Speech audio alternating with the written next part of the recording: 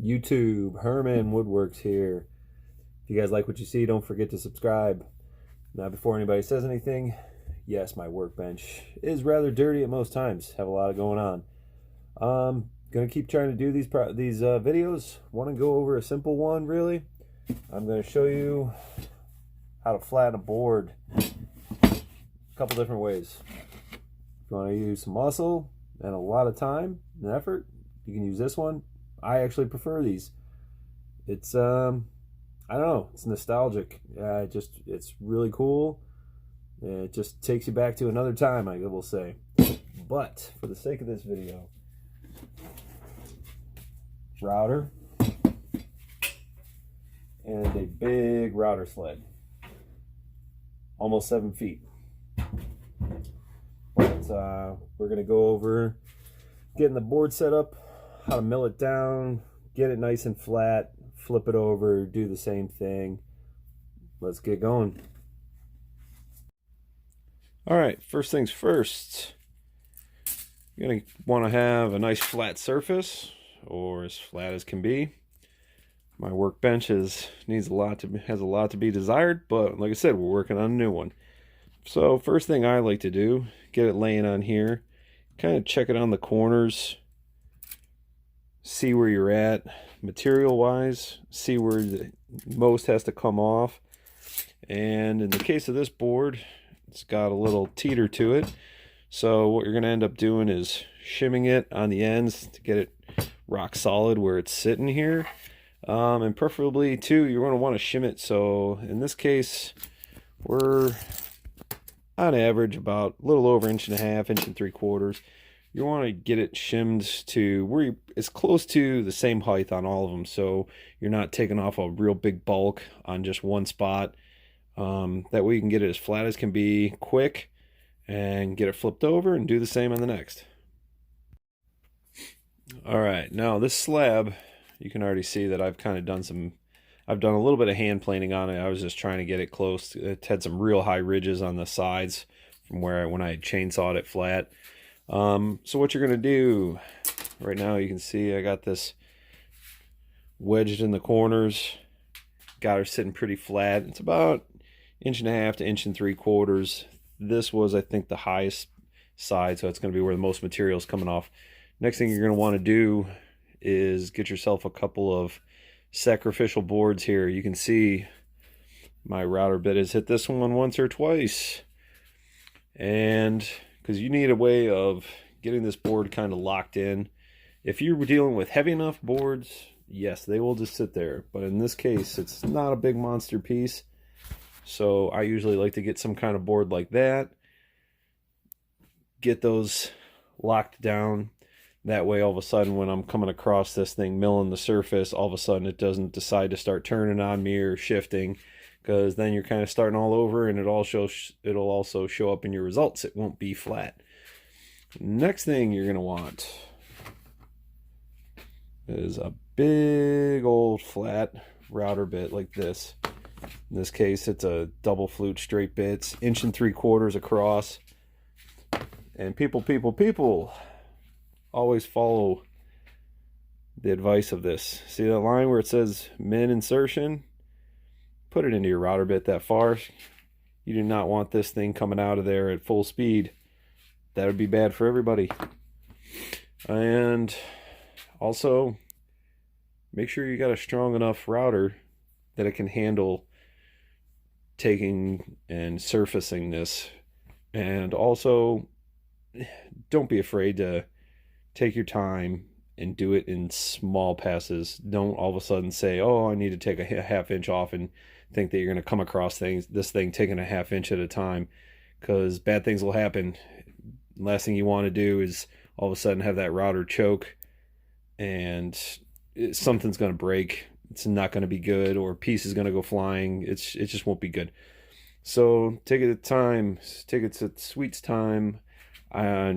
I'd be willing to say there's times where I've done as little as 32nd of an inch to 1/16 of an inch once I'm really getting close to flat, where I'm just really milking it down, getting it nice and flat.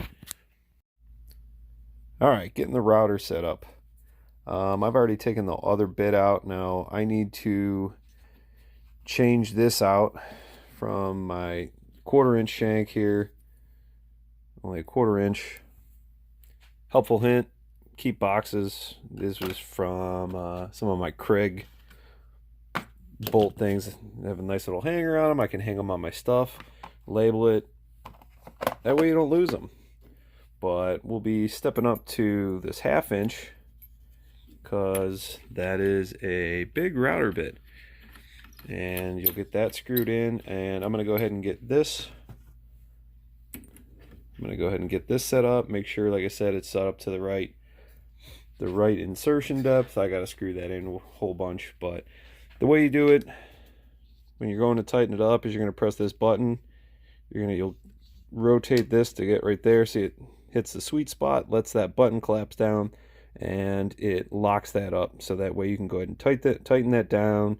Like I said, check your insertion depth, and make sure you want to be for safe operation.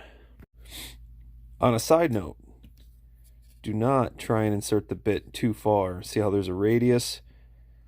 If you end up putting the router bit in too far, it might clamp on that, and then you start spinning it, and all of a sudden it becomes loose, and then, like we said before, you have a projectile flying across the room. So don't do that.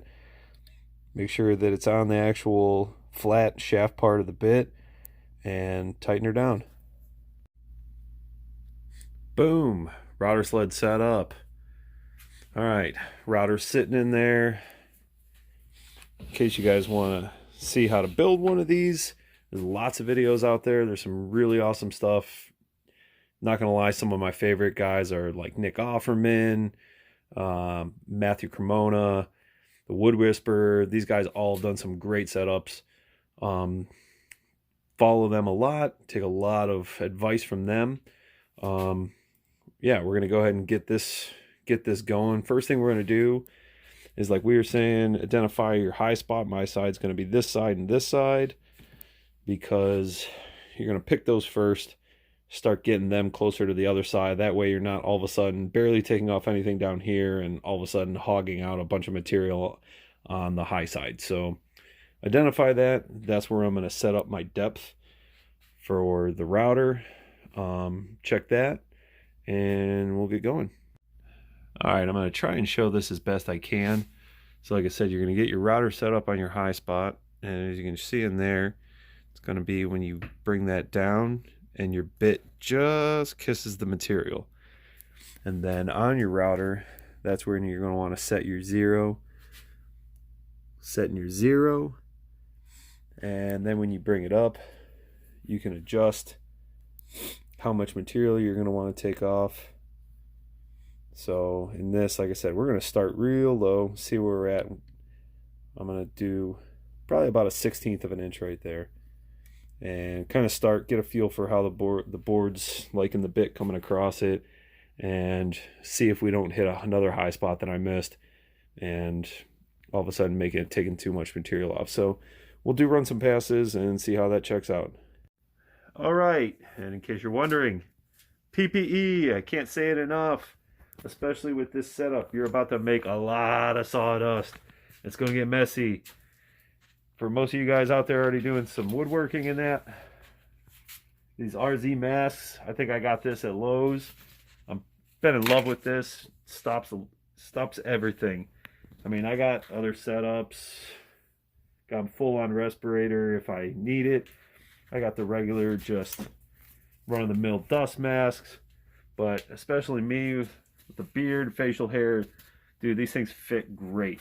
And in case everybody was wondering, when you're setting up your router, unplug it. It takes a second. That way nothing happens. A switch could go bad and a bit's going to chew your finger off. So unplug it. Ready to go. Let's lock and load. Oh, and additionally, plugged in, ready to go. But additionally, make sure you have plenty of space as you're operating your sled, that when you're bringing it out, you don't start bumping tools off, knocking things over. And also, you don't want anything to cause it to ride high or low all of a sudden and stop you from getting the right flat track on your workpiece.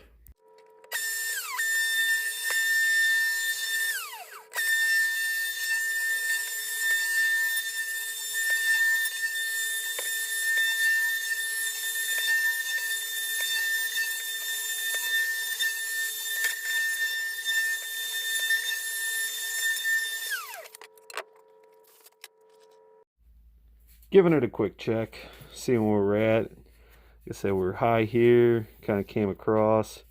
This was the high side. Like I said, that was only taking about a 1/16 of an inch off.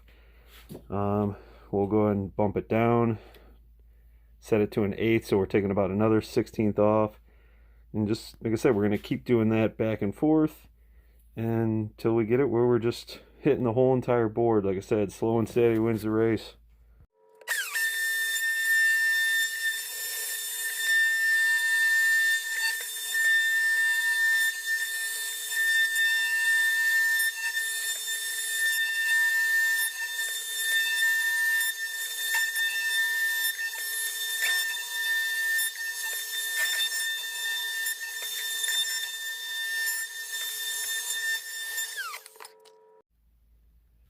All right, we're getting real close real quick. Thinking probably about another 2 passes, and that should touch up that end. And yeah, just that low end, maybe 3 passes, we'll see, but we're getting there real fast. And yes, someone will make a comment, I'm sure, at some point. I need dust collection. That's why we're getting the new shop and getting dust collection set up, because it's a mess.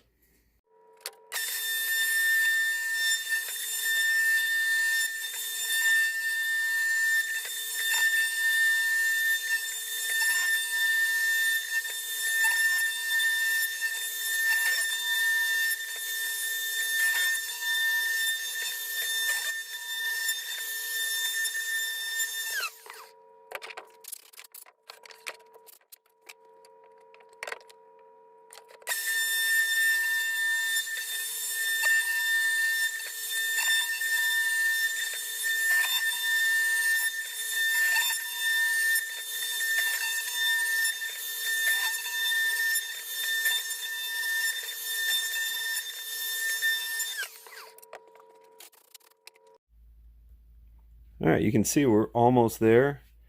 There's just a little bit when I was chainsawing it where it's a little deep, maybe another 1/4 inch. So it might be another 2 passes if I wanted to get that. I probably will. So I'm going to go ahead and do another 2 passes, finish this off. The last pass I'm going to set up where I'm taking maybe like a 30-second and just doing a real slow pass just to kind of make sure it keeps it nice and flat. You can see here where like the bit dropped down, so I'll probably kind of keep it a little fluid, so maybe I won't get as much of that bit marking, save myself a little bit of time when I'm trying to sand the piece down to get it finalized.